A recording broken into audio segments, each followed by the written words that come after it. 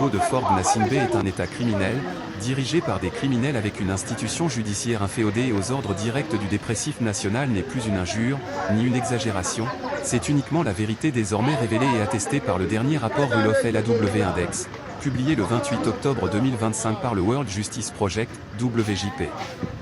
Ce rapport met l'accent sur les pays africains qui ont connu un déclin alarmant de l'état de droit avec des répercussions directes sur les droits humains fondamentaux.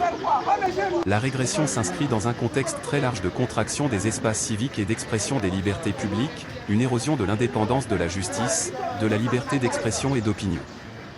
Une érosion des droits à une justice équitable. Le Togo a perdu 2,9 points et se positionne derrière les pays de l'AES.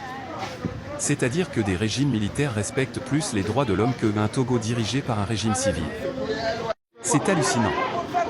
La situation de la justice est extrêmement préoccupante quand nous voyons qu'elle est maintenant incarnée par un voyou irresponsable comme Paco Madjurouvi qui malgré ses compétences en droit et ses expériences d'avocat et d'élu dans une démocratie libérale comme la France n'a pas hésité à mentir publiquement sur les assassinats, les tortures et les arrestations arbitraires.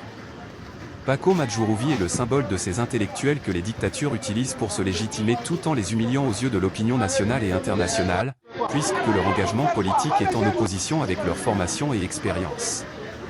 Paco Madjurouvi devient complice et caution morale d'un régime criminel, corrompu et incompétent qui a instrumentalisé la justice pour détruire tous les piliers de l'état de droit et de la démocratie.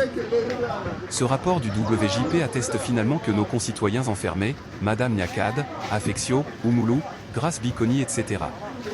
ne sont pas incarcérés pour avoir violé nos lois, mais ils sont tout simplement les otages et les victimes d'un système qui viole les droits humains. Leurs incarcérations n'est qu'une injustice de plus et ne doivent pas rester dans l'oubli. Notre devoir est de rappeler tous les jours à notre dépressif national que ces femmes et hommes ne sont pas des prisonniers mais des otages. François-Xavier Assogbavi.